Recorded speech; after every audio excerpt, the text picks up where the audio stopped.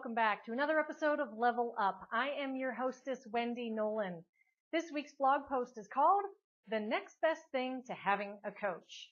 So, of course, as a coach, I always advocate that one of the best investments that you can make in yourself is working with a coach or a mentor.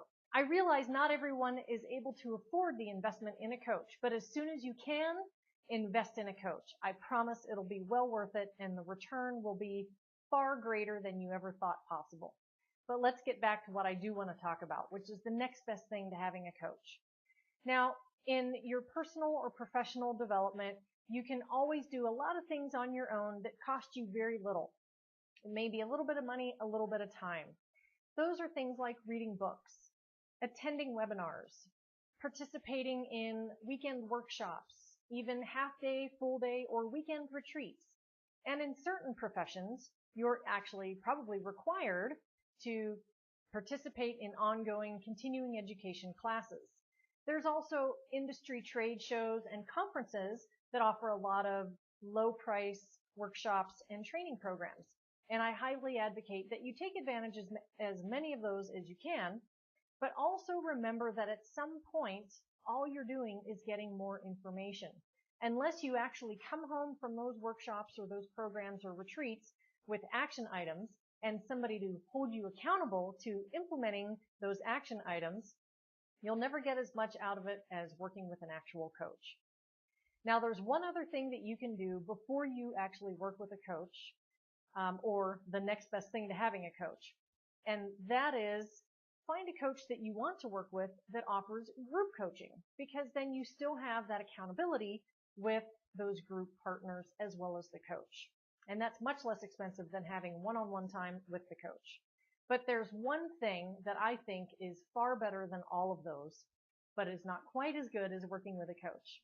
And that is something that I do every month. I block out 4 hours every month, and I excitedly look forward to this 4 hours while secretly feeling some anxiety about it as well. And I also protect this 4 hours every month because it is so important to me. And I make sure that I'm able to show up and be fully present during that entire time with no distractions. What am I talking about? The next best thing to having a coach is a mastermind group. My mastermind group is a wholehearted mastermind group, meaning that we allow all topics to be brought to the table, whether personal or professional. So that means that sometimes our mastermind meetings are focused more on personal stuff. And then other times they're focused more on professional stuff. And then still other times it's a mixed bag of a little bit of everything. That brings a great deal of value to all of the participants.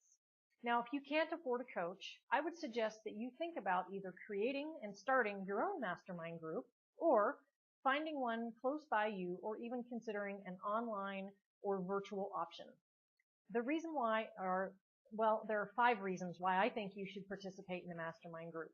Number 1 is you're going to have a group of professionals who are going to help challenge you and help you push through the difficulties while still supporting you.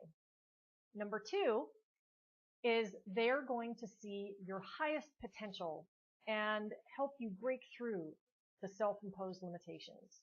Number 3, they're going to give you an objective perspective, something that you'll never be able to achieve on your own. Number 4, you're going to have a group of people who you're not only going to get something from, but more importantly, you're going to be able to give something to. And that makes the biggest difference. And then lastly, you're not going to just have one accountability partner. You're going to have multiple accountability partners. And that is probably the most important thing that I could say you're going to get from having a mastermind group. Now, I suggest that you read the blog post because there's a free resource that I reference in there and provide to you if you do decide you'd like to start your own mastermind group. It's a guide that I use to follow and create the group that I'm in now. And it covers everything from your mission and purpose all the way to best practices and how to actually conduct the meetings.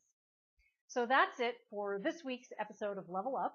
While you're here, if you're watching me on YouTube, go ahead and subscribe to my channel and give me a thumbs up. If you're on Facebook, please like my fan page and also give me a thumbs up, and please do share this with your community. I also have, of course, a Google Plus page, a LinkedIn account, a Twitter page, and a Pinterest board. That's this week's episode of Level Up.